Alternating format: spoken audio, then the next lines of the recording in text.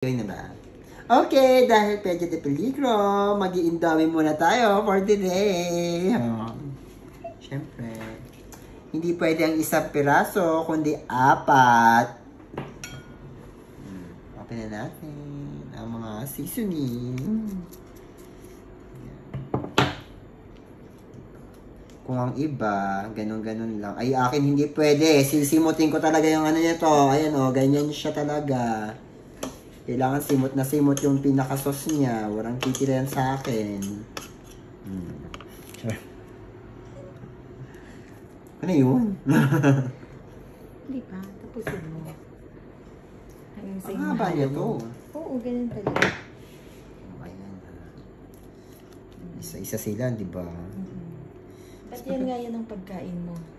Eh, kasi nga, nagkikrave ako minsan. Hindi naman palagi ito kasi bawal to sa health, di ba? Pero minsan mga once a week, ganyan. Kasi yung sabi nga nila,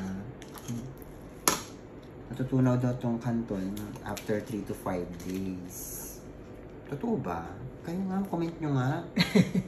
Comment down below. Comment down below ilang days bago matunaw yung noodles sa tiyan. Hindi siya pwedeng araw-araw, ha? Pag mga once a week lang pwede na. Tapos uminom kayo maraming water. Ayan. Kunyari feeling healthy pero indomie ang pagkain. Protect. Siyempre, hindi mawawala ang nilagang itlog. At kung ikaw siya tayo tomen, dagdagan mo pa ng kanin.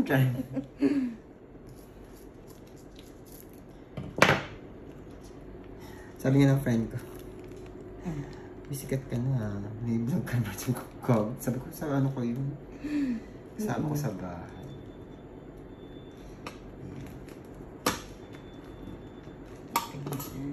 Yes. Every drops count. Itong powder pwede mo naman pagsamasamahin sa isang guntingan na lang. Pero yung sa sauce kasi kailangan masimot eh. Diba? Itong indomie parang di lang pang pamilya, pang sports na.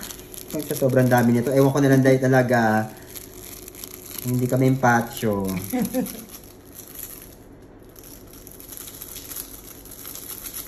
Masarap to kaysa, ayoko naman dati black may pancit canton na tayo, mas masarap pala indomie.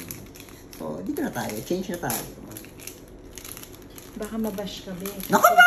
Oo nga pala. Kasi yung pancit canton. Sige. Kasi nga, yung pancit canton dito, medyo matabang yung noodles nila. Pero pag sa Pinas naman, masarap yung canton sa atin. Kaya hindi ko alam bakit ano nangyari.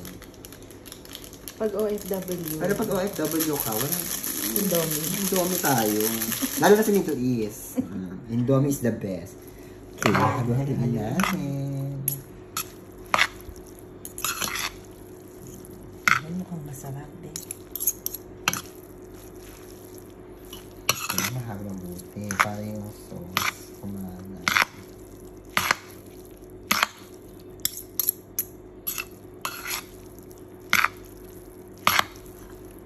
Huwag masyado malatake magluto ng noodles. Yung sakto lang.